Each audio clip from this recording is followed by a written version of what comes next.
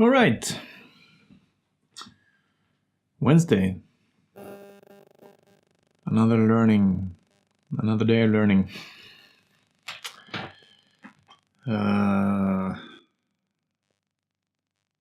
What happened today? We ran a workshop. Lots of workshop these days. That's like the bulk of our work is to do workshop with people, trying to change their way of thinking. We talked about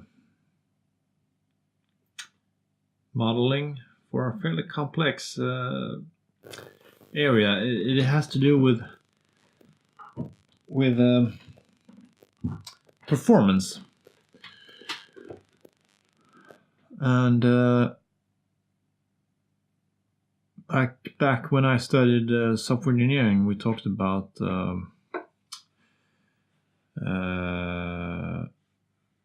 functional and non-functional requirements, and performance was always like mentioned as one of the non-functional requirements, and they were tricky to define. And the same goes, of course, with performance when it comes to the user experience and how it's like this. If you build a product and the product, as it should, solves a problem for a user, and you're trying to build a product as good as possible by building valuable features or benefits into the product, how do you quantify how performance adds value to the product? That's not an easy question to answer, actually. And in this case, we have a team who is dedicated to performance, and we want to help them understand what to focus on to do meaningful work. And meaningful work, as we always say, is when you learn more about your customer and you manage to transfer that learning into new value. Then that's meaningful work. You learn something new about your customer and you transfer that, and you manage to transform that learning into new value. That's meaningful work. So when it comes to performance, that's tricky, because even though the funny thing is this. The funny thing about performance is this, that even though it is a very technical, easy to define, very, very like low level thing, you can say, does it take 300 milliseconds or 200 milliseconds to do this action, whatever it is? And that's easily quantifiable. It's like, it's quantifiable, it's measurable, and yet how the user perceives the performance can be completely different. And the experience of high performance can be completely different.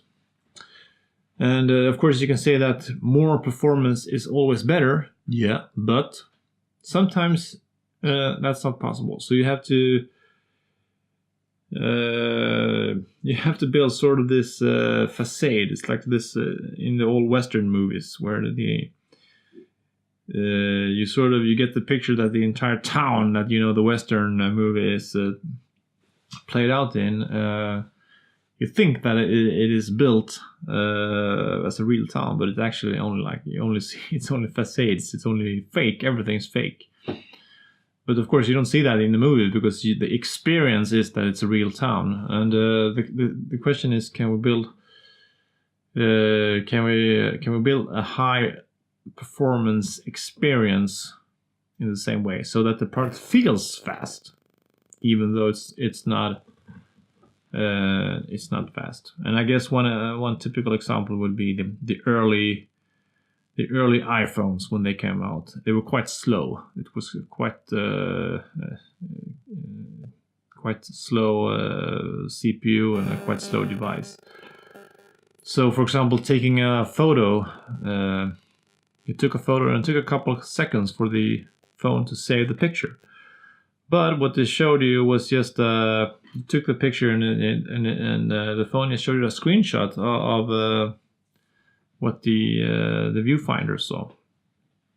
So the experience, it felt like it saved the picture instantaneously, but it didn't.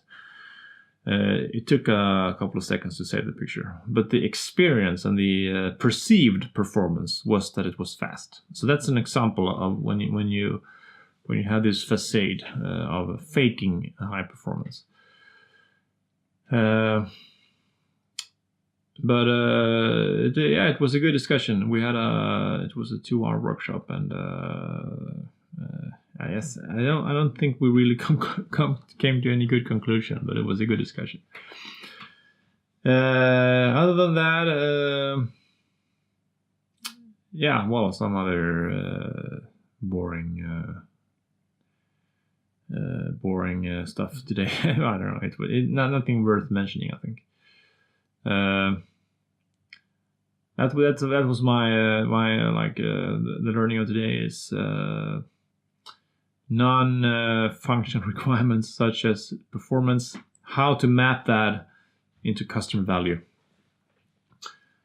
That's a tough that's a challenge.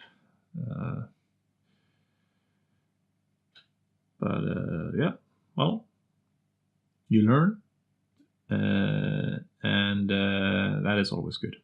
So until next time, bye.